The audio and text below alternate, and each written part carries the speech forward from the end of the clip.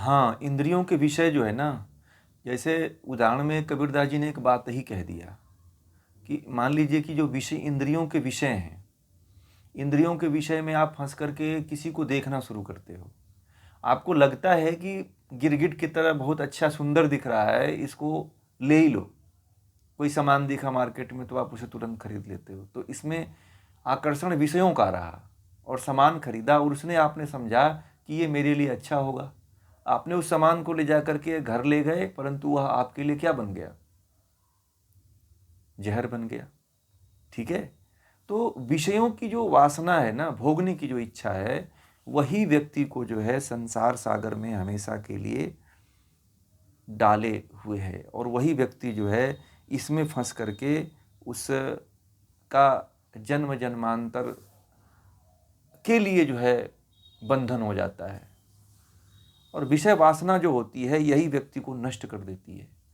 तो विषय वासना को यदि आपने समझ लिया और जितने भी विषयों के वासना है उस पर यदि कंट्रोल कर दिया, रोक लगा दिया, तो आप ब्रह्म के तरफ ही केंद्रित होगे और आगे उसी में जाओगे आप।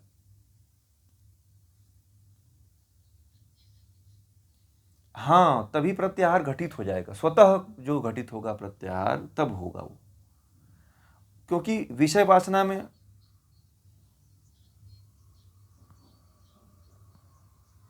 हाँ, वैसे ही हम फंसते हैं। देखिए इन्होंने क्या क्या उदाहरण दे दिया, इतना आसान उदाहरण कबीरदास जी दिए हैं कि एक आम आदमी भी समझ सकता है भाई। कि जैसे देखिए क्या उन्होंने पहले कहा कि मछली केचुए के लालच में फंस जाती है, चूहा गिरगिट के लालच में फंस जाता है, और सांप जो है छछूंदर को निगल लेने के बाद जो है सांप मर जाता है। पता है आप लोगों को? वह मर जाता है, वो मरना ही उसको होता है। जो कभी कभी देखा होगा सांप मरे हुए दिखाई देते हैं घरों में सड़ जाते हैं। तो जैसे ही छछूंदर वह जहर का काम करती है। छछूंदर यदि जहाँ पे आ जाए ना, वहाँ पे सर्प नहीं रहते हैं, ये भी आपको बता दूं। सर्प भाग जाते हैं, विषय वासनाओं से बड़े दूर भागते हैं सर्प जो है। जिन घरों में छछूंदर होती है उन घरों में सर्प नहीं होते हैं, और जिन घरों में छछूंदर नहीं होती है वहाँ सर्प चले आते हैं। तो ये विषय वासनाएं हैं, और वासनाओं पे जिसने भी कंट्रोल कर लिया वह भवसागर से तर ही जाएगा। हम लोग जितने भी कामनाएं पालते हैं, जितने भी भोग अपने जीवन में हम लोगों ने जितना इकट्ठा कर रखा है उतना किसी ने भी नहीं रखा है। हर हर समय विषय वासनाओं को हम लोग इनवाइट करते रहते हैं। पता है आपको? मनुष्य एक ऐसा प्राणी है कि जो हर समय जो है विषय वासनाओं को आमंत्रित करता रहता है। दुनिया का कोई ऐसा प्राणी नहीं है जो विषय वासनाओं को आमंत्रित करे, परंतु मनुष्य एक ऐसा प्राणी है जो विषय वासनाओं को हर समय आमंत्रित करता रहता है। और बिना विषय वासना के जो है मनुष्य जी नहीं पाता है।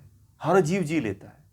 लगभग 60-70% जीव जो है विषय वासनाओं के बिना जी सकता है, परंतु मनुष्य नहीं जी पाता है। क्योंकि मनुष्य एक ऐसा प्राणी है कि अज्ञानता की तरफ ज़्यादा झुक गया है। ठीक है।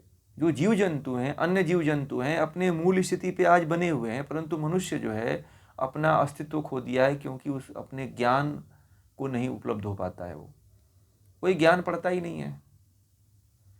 जानते हैं इस ज्ञान को लोग सेकेंडरी रखते हैं।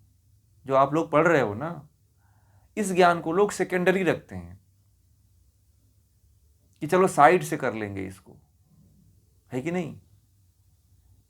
और ये जो है आपके साइड में नहीं, सबसे हेड में होना चाहिए, प्रमुख होना चाहिए, हेडलाइंस होनी चाहिए आपके जीवन की।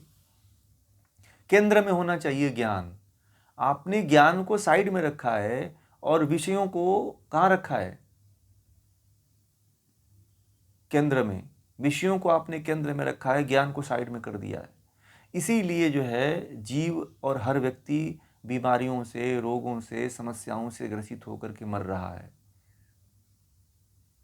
व्यक्ति नहीं मरता यदि ज्ञान में जीने लगे हुआ तो। कौन चाहता है मरना भाई? आप ही बताइए। कौन मरना चाहता है? कोई मरना चाहता है? हर कोई चाहता है कि मैं लंबी उम्र जीऊं। परंतु आप जो है विषय वासनाओं को आमंत्रित करते हो आप, बार बार उसे बुलाते हो, इसीलिए वो चीज़ नहीं घटित हो पाती है, इसीलिए आप हमेशा के लिए फंस जाते हो। इसीलिए जो है आगे की आपकी जीवन यात्रा नहीं चल पाती है। पहले के समय में भारत में इस तरह की व्यवस्था नहीं थी। भारत सदियों से जो है आत्म ज्ञानी रहा है और आत्मा का खोजी रहा है भारत, ठीक है। भारत के लोग ऐसे नहीं रहे हैं, विषयी भोगी नहीं रहे हैं लोग, समझ रहे हैं। भारत के लोग कभी ऐसे नहीं रहे, भोगी नहीं रहे हैं, विषयी नहीं रहे हैं। कुछ वर्षों में, कुछ ऐसे कालों में जो है भोग बहुत चरम सीमा पे आ गया है। राम राज्य की बात क्या होती है? राम राज्य का मतलब समझते हैं? राम राज्य उसी को कहा जाता है जहाँ से विषय भोग कामनाएं कम हो जाती हैं, वही राम राज्य है। ये राम राज्य जो है इंफ्रास्ट्रक्चर से नहीं होने वाला है, पता है आप लोगों को। राम राज्य मंदिर बनवा देने से या लोगों के भीतर जब तक ज्ञान नहीं होगा तब तक राम राज्य का कोई अस्तित्व होने वाला है क्या? बताइए आप लोग, नहीं होने वाला है।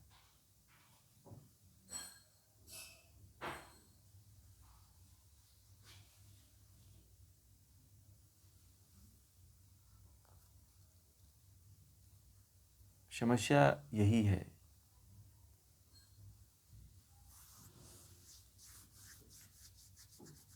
ठीक है,